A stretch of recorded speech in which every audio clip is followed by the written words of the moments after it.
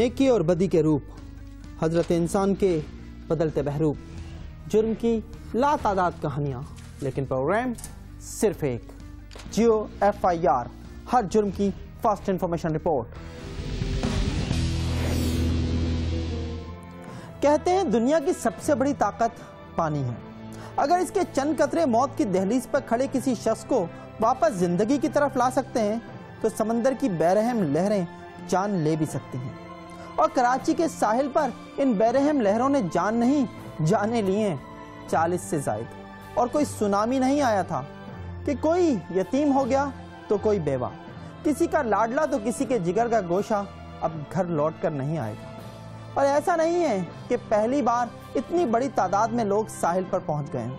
कराची में हर साल हजारों लोग ईद साहिल पर ही मनाते हैं। और ऐसे में इंतजामिया का ये दावा मजाक लगता है कि लोगों ने रूल्स तोड़े और समंदर में उतर गए। आपने क्या किया? पुलिस कहाँ थी और लाइफ सेविंग गार्ड्स कहाँ थे? न जाने इस बार भी मुजरिमाना गफलत का मुजाहरा करने वालों को सजा मिलेगी या अगली ईद का इंतजार किया जाएगा।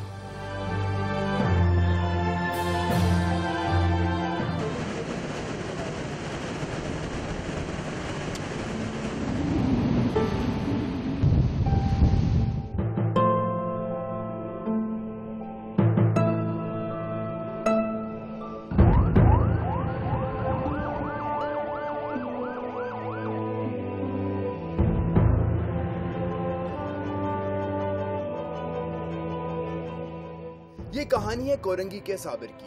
साबिर के घर वाले मुंतजिर थे कि इनका बेटा साहिल समंदर की सैर के बाद घर लौटेगा और सब घर वाले इसके साथ ईद की खुशियां मनाएंगे।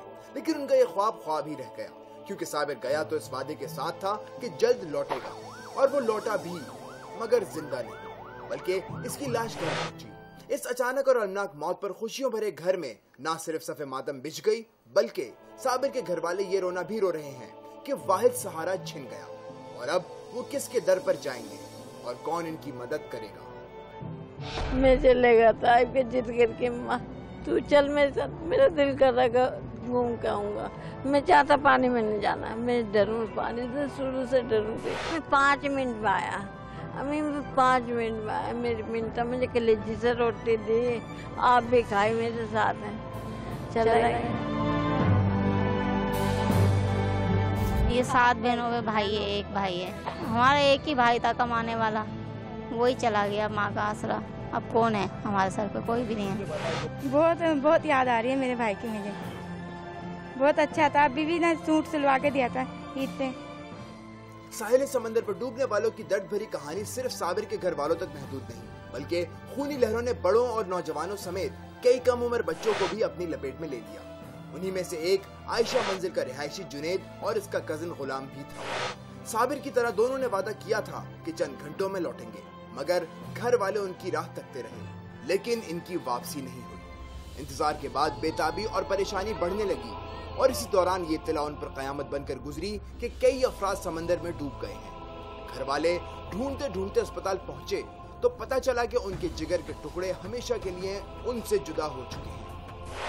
मेरे बहुत बच्चा था, मेरे मारे बेटा था, मेरे मारे बेटा था भाई।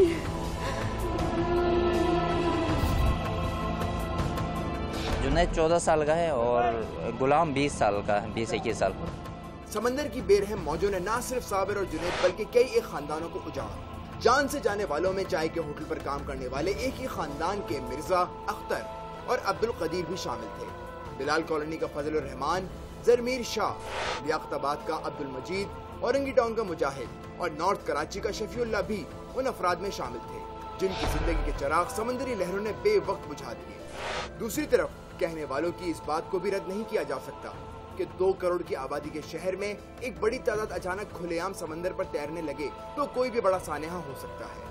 लेकिन ऐसा भी नहीं कि ये सानेहा किसी ऐसे इलाके के साहिल समंदर पर हुआ हो जो रियासत के कंट्रोल में नहीं आता था, बल्कि ये मेट्रोपॉलिटन शहर का साहिल था। मगर बताया जाता है कि साहिल पर ना तो वार्निंग बोर्ड थे और मुबैना तौर पर ना ही रेस्क्यू टीम का अमला, लिहाजा लोग तैरने गए और ऐसे गए कि वापस नहीं।